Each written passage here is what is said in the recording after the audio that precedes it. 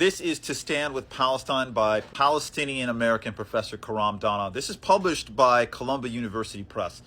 This is about how Palestinians have been viewed in the American imagination. So the subtitle is Transnational Resistance and Political Evolution in the United States. So it's dealing with the Palestinian diaspora, how the Palestinian movement has become transnational because so many Palestinians are spread out all over the world, and the evolution of American thought about Palestinians. And so some of us, I think, who have been speaking out about this have had to kind of do it blind. That's what it's felt like to me, of saying, like, I know that it's hard to speak out about these things because of what I don't even know, the way I was raised, but I don't even remember it coming up. And so this book really covers a lot of it. Big takeaway for me, really surprised how much effort has been put in to change the American education system, K-12 and college, and the organizations that are doing that. This has been going on for decades. I haven't really heard people talking about that all that much. We talk about AIPAC, and we talk about the lobbying, and we talk about all the money being sent for military stuff. So there's things that we're talking about, but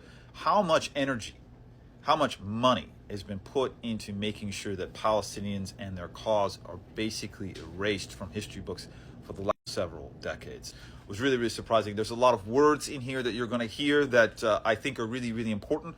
Words like Palestinian American, Arab American, Palestinian Christian. That felt like the one big cheat code that this book gave, was just like the Christian Zionist worldview does not include the reality that Palestinian Christians are being harmed by what is going on, by their tax dollars through the nation of Israel. And I think for some of us who don't hold that view, that might not mean much, but I think the important part is that for the Christian Zionist ideology, there is a way that it is inherently inconsistent with its own beliefs, its own valuing of Christians and all of that.